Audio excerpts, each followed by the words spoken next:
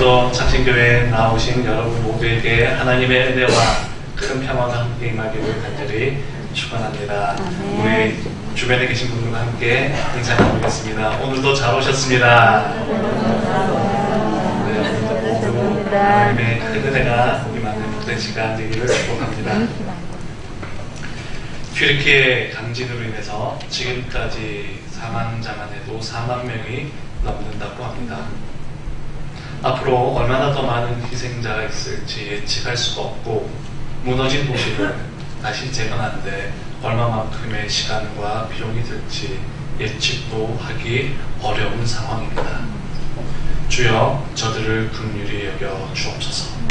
우리 모두 함께 고백할까요? 주여 저들을 긍휼히 여겨 주옵소서. 주여 저들을 긍휼히 여겨 주옵소서.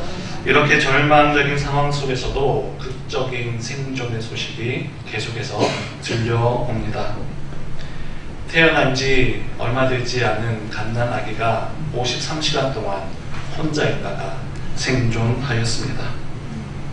그리고 73시간 만에 5세 소녀가 부모와 함께 발견되었는데, 특별히 그 아이는 온몸이 자네 더미 속에 묻혀 있었고 손도 발로 움직일 수 없는 그런 상황이었습니다. 얼굴만 내민 채 구조대원을 발견하고는 맑은 눈망울로 구조대원을 바라봅니다. 그리고 구조대원이 전해주는 병뚜껑에 담겨져 있는 그 작은 물 한 모금을 마시면서 밝게 웃는 그 모습이 온 세계인들에게 감동을 주었습니다. 그리고 일가족 3명이 296시간 사고 13일 만에 극적으로 구조되기도 하였습니다. 그리고 심지어는 엄마와 아기가 탯줄로 연결되어져 있는 상황에서 구조되기도 했습니다. 안타깝게도 엄마는 사고로 인해 생명을 거두었지만 아기는 엄마와 탯줄로 연결된 채로 몇 시간을 버텨왔던 것입니다. 아마 엄마는 재난을 당하고 그 잿더미 속에서 아기를 출산했다라고 그렇게 추정합니다. 그렇게 몇 시간 동안 혼자 버텨왔던 그 아기의 생명, 얼마나 귀한지 모르겠습니다. 그 가운데 우리나라 구조대도 118명이 사고 직후 현장으로 투입되어서 많은 생명을 구했습니다. 자원하여 그 위험한 지역으로 날아가서 귀한 생명을 구조한 우리 구조대원들에게 깊은 경의를 표합니다. 이렇게 생명을 구하기 위해 튀르키예로 날아간 구조대원들, 오늘 본문에 나오고 있는 예수님의 마음도 그와 같으리라 보여집니다. 예수님께서 유대 지역에 계시다가 이제 갈릴리로 가실 때에 예수님께서 제자들을 향해서 사마리아를 통과하여야 하겠다라고 말씀하셨습니다.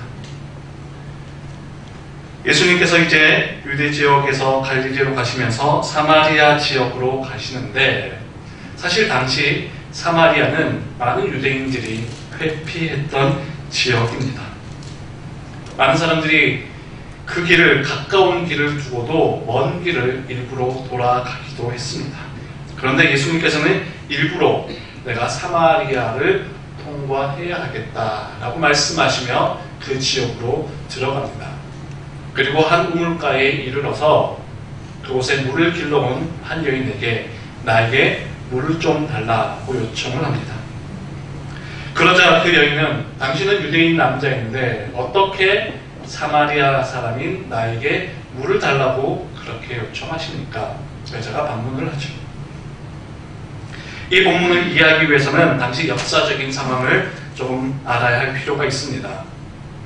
사마리아는 오므리 왕조에 의해 세워진 도시로서 북이스라엘의 수도가 되었습니다.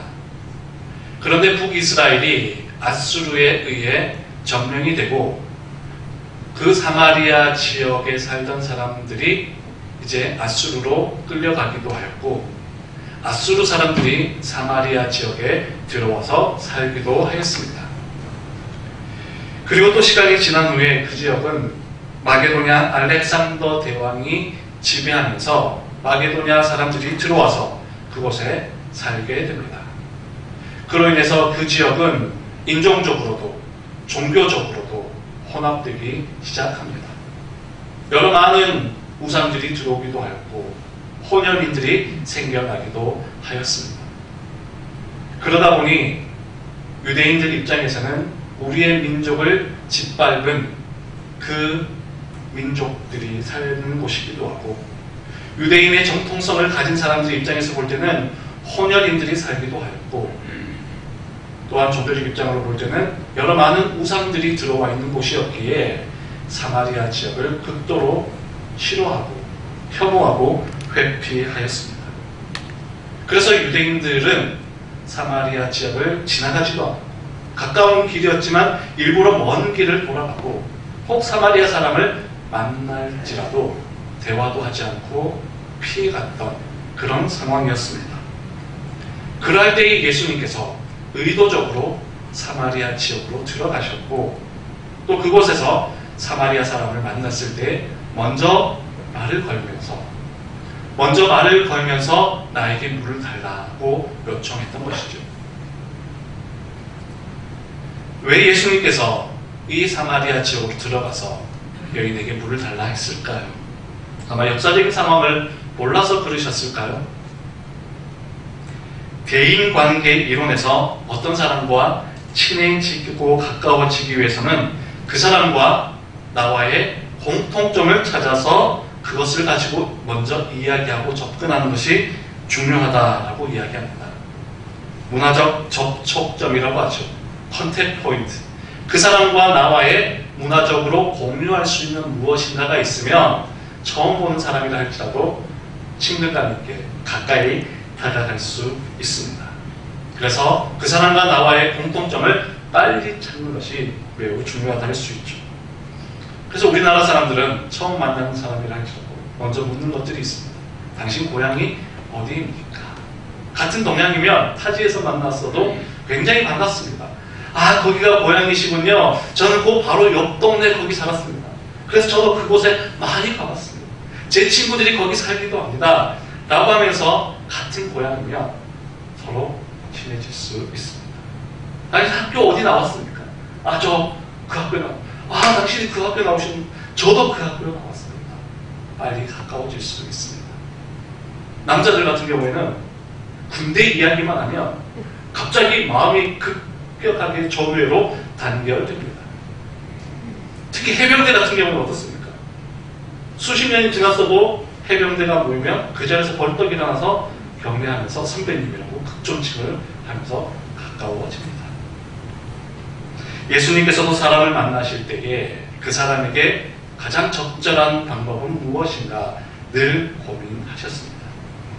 어부들이 모여있는 바닷가에 가서는 예수님께서 천국을 설명하실 때 그물을 가지고 비유하셨습니다. 농부들을 만났을 때는 씨 뿌리는 비유로 말씀하셨습니다. 어부들을 제자로 삼을 때는 내가 너희를 사람을 낚는 법과 되게 하겠다 말씀하십니다. 앞을 보지 못하는 사람을 만났을 때는 나는 생명의 빛이다 말씀하셨죠. 배가 고픈 이들을 만났을 때는 나는 생명의 떡이다 말씀하셨습니다. 예수님께서는 이처럼 그 사람의 삶의 정황을 잘 알고 그 사람과의 문화적 접촉점을 마련하기 위해 그 사람에게 가장 필요한 것이 무엇인지를 알고 그 포인트를 가지고 접근하시고 말씀하셨던 것을 보게 됩니다. 지금 우물가로 물을 길러 온 여인에게 가장 큰 관심사는 물이었습니다. 매일마다 힘겹게 물을 길러 온 그 여인에게 예수님께서 나에게 물을 좀 달라 요청하시면서 그 여인에게 다가가셨던 것이죠. 그런데 그 여인은 어찌하여 당신이 나에게 물을 달라 하십니까? 나는 사마리아인이고 당신은 유대인입니다. 어찌 나에게 물을 달라 요청하십니까? 그러자 예수님은 말씀하십니다. 당신이 내가 누구인지 알았더라면, 물을 좀 달라고 하는 내가 누구인지 알았더라면 오히려 내가 당신에게 물을 주었을 것입니다. 예수님은 말씀하시죠. 그러자 그 여인은 다시 반문합니다. 당신에게는 지금 물을 기를 만한 그릇도 없고 이 우물이 얼마나 깊은데 당신이 어떻게 나에게 물을 준다 하십니까? 예수님께서는 계속해서 그 여인과 물을 가지고 이야기하십니다.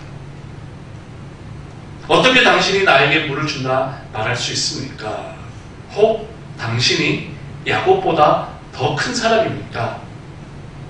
질문합니다.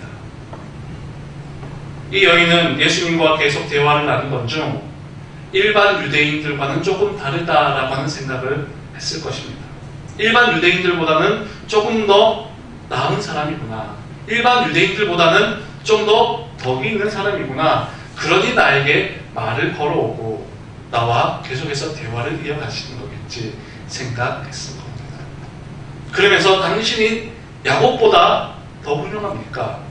이 말은 당신이 야곱, 아무리 유대인 중에서 훌륭하다 할지라도 야곱만큼 훌륭하지는 않을 터인데 어떻게 당신이 나에게 물을 달라 요구하십니까? 왜냐하면 그 우물이 야곱의 우물이었기 때문입니다.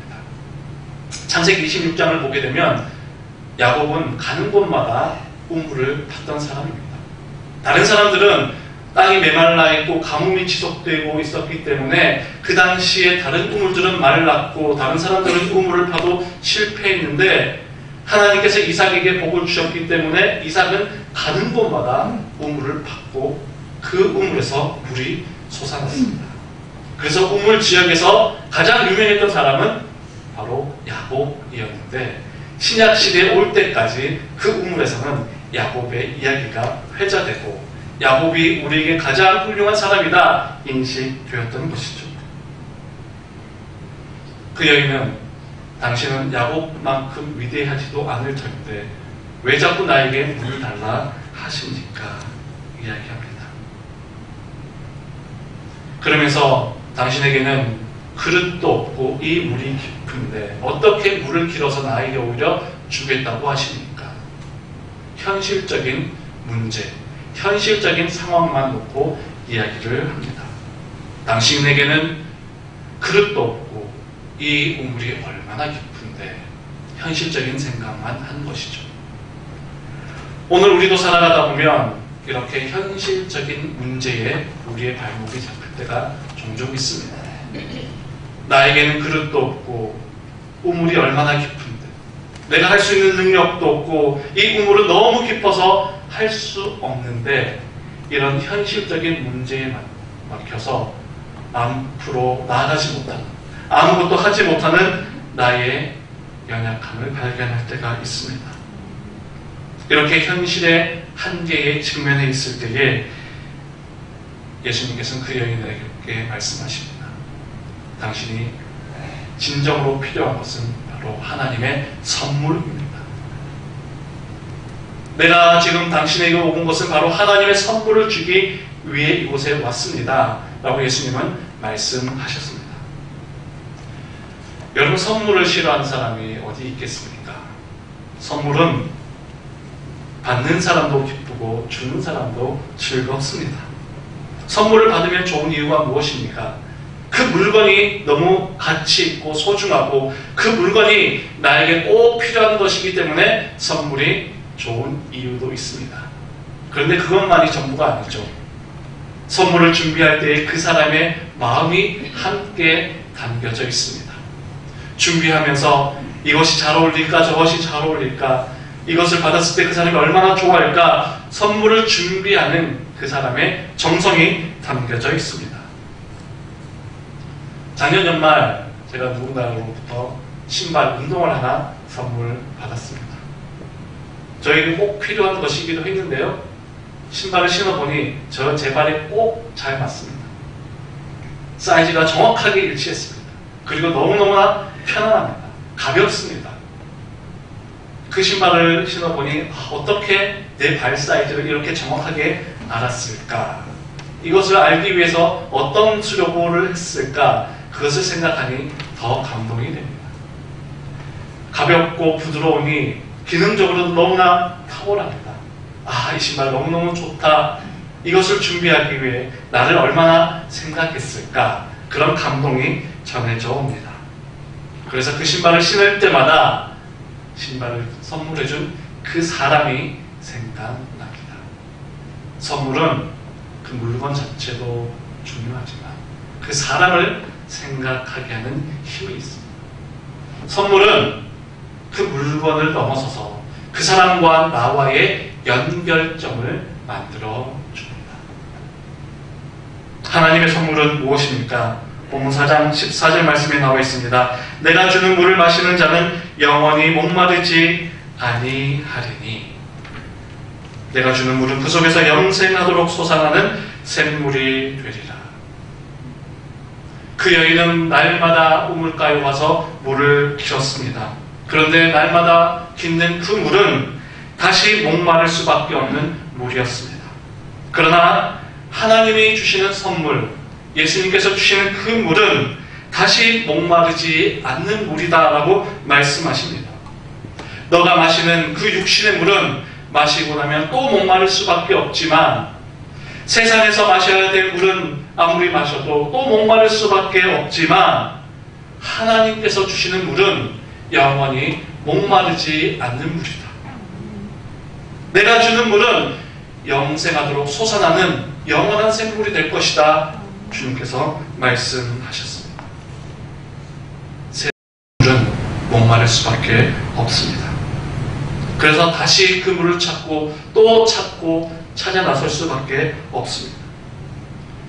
여러분, 우리는 세상에 살아가면서 나의 목마름을 해결하기 위해 얼마나 애를 쓰고 노력합니까? 내 육신의 삶을 채우기 위해 수고하고 노력합니다. 그렇지만 그것은 곧 다시 목마를 수밖에 없습니다. 세상이 주는 그 만족감은 나를 즐겁게 하긴 하지만 그 유효기간이 그리 길지 않습니다. 나의 목마름을 채우는 물은 다시 찾고 또 찾아야 할 수밖에 없다는 것이죠. 그러나 우리 주님께서 주시는 물은 영원히 목마르지 않는 영생수가 됩니다. 왜냐하면 그 물이 우리를 구원하고 그 물이 우리에게 진정한 평안과 기쁨을 주기 때문입니다. 여러분 모두 주님께서 주시는 그 영생수를 마시게 되기를 간절히 축원합니다. 주님이 주시는 그 영생수를 마시고 우리 영혼의 해갈, 우리 영혼의 목마름을 해결하는 복된 삶이 될 수 있기를 축복합니다. 아멘. 세상의 많은 것들이 우리에게 만족을 주는 것 같습니다. 세상의 많은 것들이 우리의 필요를 채워주는 것 같습니다. 그런데 그런 물들은 우리의 삶에 다시 목마를 수밖에 없는 그런 유한한 것입니다. 그러하기 때문에 우리의 영원한 목마름을 해결해주는 예수 그리스도, 바로 그 구원의 물이, 그 은혜의 물이, 그 평안의 물이 우리 삶 가운데 꼭 필요하다는 것입니다. 이렇게 물에 대한 이야기를 하시던 중 예수님께서는 갑작스레 대화의 주제를 바꾸십니다.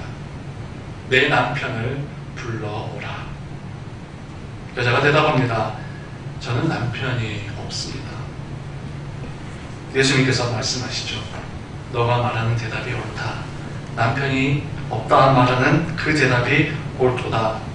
너에게는 남편 5이 있었고 지금 있는 그도 너의 남편이 아니니 너의 말이 옳도다. 그러면 이 여자는 지금 6번째 남편과 함께 살고 있다는 말입니다. 이 여인은 자신의 인생의 만족을 위해서 이 남자, 저 남자를 만나봤습니다. 이 남편과도 살아보고 저 남편과도 살아보고 6번째 남편을 만날 때까지 6명의 남자를 만날 때까지 계속해서 사람에게 만족을 찾고 만족을 추구했습니다. 자신의 목마름을 해결하기 위해 사람에게 의존도를 높여왔던 것이죠.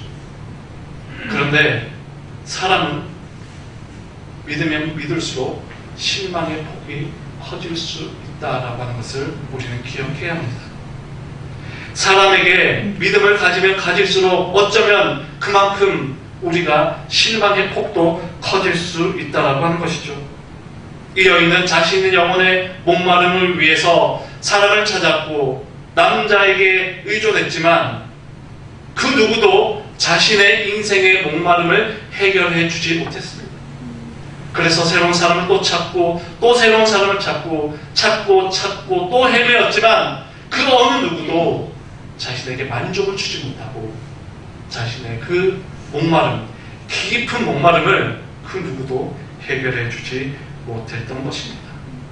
오히려 사람을 찾으면 찾을수록 외로움이 밀려오고 공허함만 깊어져 갔습니다. 여러분은 무엇으로 여러분의 삶의 만족을 추구하고 있습니까? 여러분은 여러분의 마음 가운데, 여러분 영혼 가운데 무엇으로 채우기 위해 찾고 있습니까? 세상의 화려한 것들, 세상의 즐거운 것들, 물론 그것을 누릴 때 일시적인 즐거움은 있으리다마는 그것이 끝난 이후에 몰려오는 공허함과 외로움들, 무엇으로 우리의 빈 그 마음을 채우겠습니까? 텔레비전은 나의 목자시니 내게 부족함이 없으리로다. 그가 나를 따뜻한 아랫목에 누이시며 쉴만한 자리로 인도하시는도다. 내 영혼을 멍청하게 하시고 시청률을 위하여 바보의 길로 인도하시는도다. 내가 폭력과 음란의 골짜기로 다닐지라도 두려워하지 않을 것은 그가 나를 재미있게 하심이라. 탤런트와 가수가 나를 안위하시나이다. 텔레비전이 내 현실의 목전에서 나를 도피시켜주고 재미있는 드라마로 내 머리를 채우셨으니 내 기쁨이 넘치나이다. 나의 평생의 드라마와 스포츠 중계가 나를 따르리니 내가 텔레비전 앞에 영원히 거하리로다. 이런 재미난 글이 있더라고요. 보는 순간에는 즐겁습니다. 요즘 얼마나 재미있는 것들이 많이 있습니까? 보는 시간은 참 시간 가는 줄 모르고 즐겁습니다. 그렇지만 그것을 껐을 때에 밀려드는 공허함이 있습니다. 그리고 그것이 결코 나의 영혼 가운데, 나의 마음 가운데 충만한 기쁨을 결코 줄 수 없습니다. 세상의 화려한 것들은 그렇습니다. 그 순간은 짜릿함을 주고 그 순간에는 즐거움을 주고 그 순간에는 나를 만족시키는 것 같지만 그것이 끝난 이후에는 밀려드는 공허함과 외로움이 오히려 나를 지배하기 때문에 더 큰 즐거움을 또 찾아 헤매이지만 이 여인이 5번의 남자를 만났지만 실패하였고 6번째 남자를 만났음에도 불구하고 그가 너의 남편이 아니다. 우리 주님께서 말씀하셨듯이 세상에 그 어떤 것을 찾아 헤맨다 할지라도 우리에게 진정한 만족을 줄 수 없고 우리 영혼의 목마름을 해결할 수 없음을 우리 주님께서는 말씀하셨습니다. 그러면서 예수님께서는 이제 그 여인의 삶이 어떠해야 하는지 말씀하십니다. 연봉 4장 23절 24절 말씀입니다. 아버지께 참되게 예배하는 자들은 영과 진리로 예배할 때가 오나니 곧 이때라. 아버지께서는 자기에게 이렇게 예배하는 자들을 찾으시느니라. 하나님은 영이시니 예배하는 자가 영과 진리로 예배할지니라. 아멘. 한번 따라 하시겠습니까? 하나님은 영이시니 예배하는 자가 영과 진리로 예배할지니라. 세상의 그 많은 것들, 세상의 화려한 것들, 세상의 즐거움은 우리를 만족시킬 수 없지만 하나님께 영과 진리로 예배할 때에 우리 인생의 목마름, 우리 인생의 배고픔을, 우리 영혼의 빈 공간을 하나님을 예배할 때에 온전히 채울 수 있음을 말씀하셨습니다. 특별히 영과 진리로 예배하다라고 하는 이 의미는 우리 안에 이미 하나님께서는 하나님의 공간을 마련해 두셨습니다.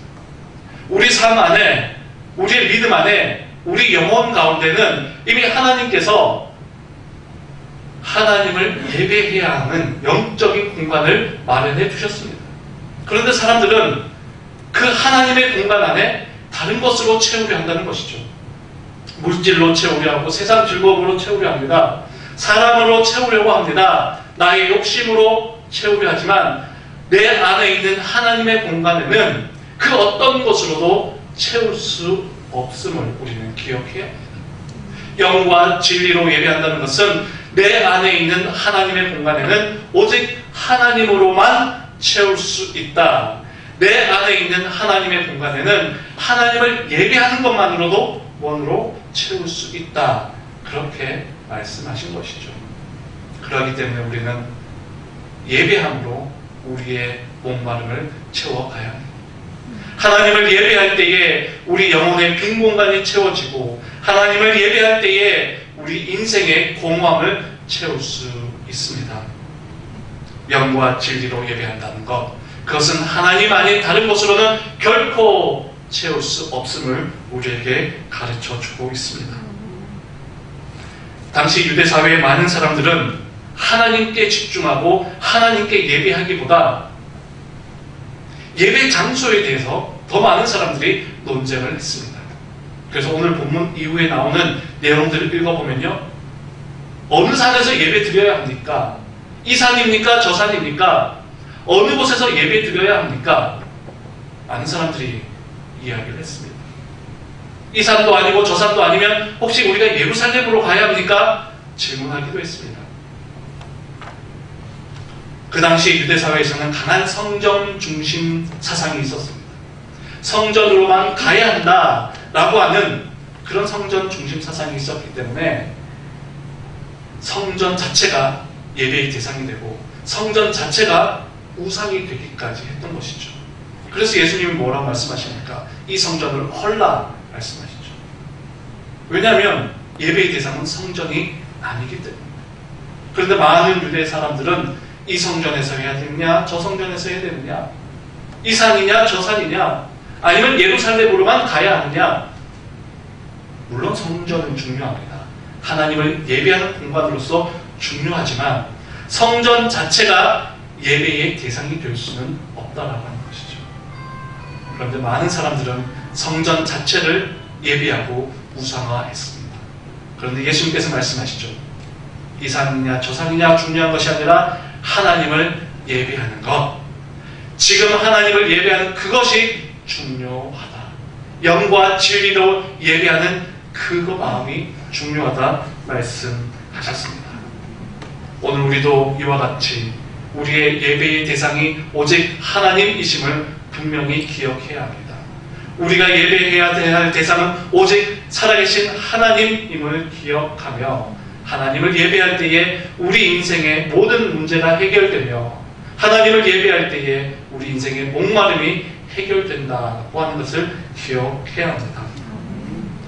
시편 42편 1절 2절 말씀을 보게 되면 하나님이여 사슴이 시냇물을 찾기에 갈급함같이 내 영혼이 주를 찾기에 갈급하나이다. 내 영혼이 하나님 곧 살아계신 하나님을 갈망합니다. 라고 고백합니다. 사슴은 자신의 몸에 수분이 고갈될 때까지 갈증을 느끼지 않는다고 합니다. 어느 정도까지 자신의 몸에서 수분이 다 빠져나갈 때까지 전혀 갈증을 느끼지 못하다가 어느 순간이 되면 죽을 만큼의 갈증을 느끼기 시작하면서 물을 찾아서 여기저기 달려갑니다. 물가에 맹수가 도사리고 있다 할지라도 물을 마시지 않고서는 견딜 수 없는 그런 목마름이 있기 때문에 주변에 어떤 것도 돌아보지 않고 그 물가로 달려갑니다. 물을 마시지 않고서는 지금 내가 생존할 수 없다라고 하는 그 목마름, 그 갈망으로 달려가는 사슴의 심정을 시편 기자가 노래했다는 것이죠.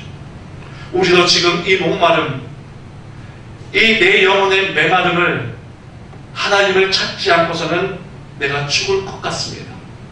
내 영혼의 이 목마름을 하나님이 아니고서는 도저히 해결할 수가 없습니다. 라고 하는 심정으로 그렇게 하나님을 예배해야 한다는 것이죠.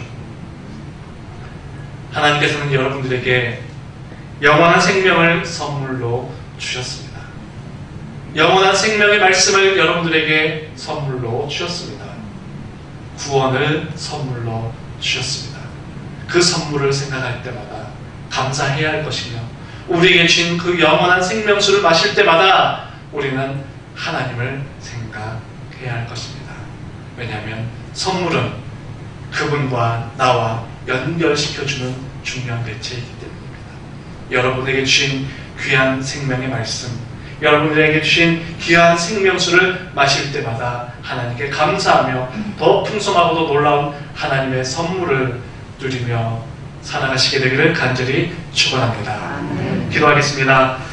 살아계신 하나님 아버지, 오늘도 주의 전에 나와 함께 하나님을 예배할 수 있도록 인도하시니 감사합니다. 하나님께서 우리에게 주신 귀한 선물, 영원한 생명수를 날마다 마시며 이 메마르고 거친 세상 속에서도 하나님 주신 생명수와 하나님 주신 말씀으로 힘차게 살아갈 수 있도록 우리를 인도하여 주시옵소서. 사슴이 신의 물을 찾기에 갈급함같이 우리가 하나님의 말씀을 찾고 하나님 주신 그 생명수를 찾아 달려가는 믿음의 삶이 될 수 있도록 인도하여 주옵소서. 예수님 거룩하신 이름으로 기도하옵나이다. 아멘.